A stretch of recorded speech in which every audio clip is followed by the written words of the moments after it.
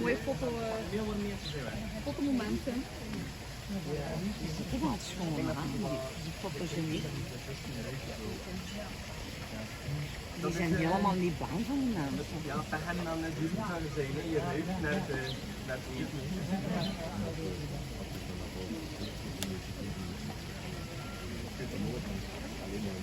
Ja, ja, dan maken we gebruik van de recall. Dus iedere soort, ieder geluid dat hij herkent. Ja.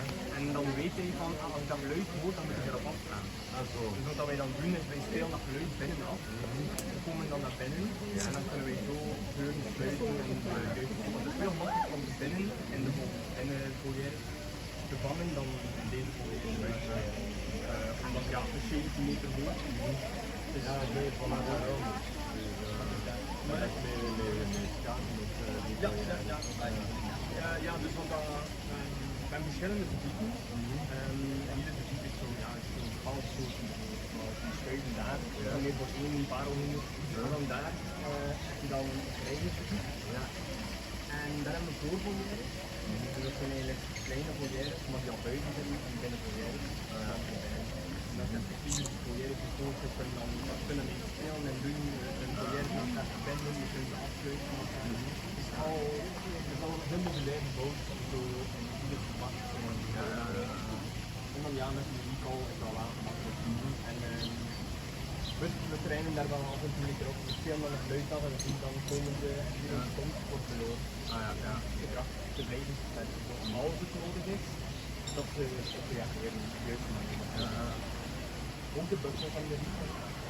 Dus dat gebeurt af en toe. Dat is een grote toestel. Het grote toestel is van de buffel. Die speelt hier met dat niet, hè? Nee. Maar dus daarmee als we geluiden gebruiken die echt heel verschillend zijn van al de andere geluiden die zo hier afspelen, dan kunnen we dat makkelijker herkennen en differentiëren van andere geluiden. Als we nu bijvoorbeeld een geluid gebruiken van een buffel bijvoorbeeld, ja dan als die ene buffel dan ook een geluid maakt, dan gaan die denken van oh, die moet mij nu een wortel geven. Maar ja, buffels hebben een wortel om door te geven. Vandaar dat we geluiden gebruiken die gemakkelijk te differentiëren zijn van elkaar. Dus ja.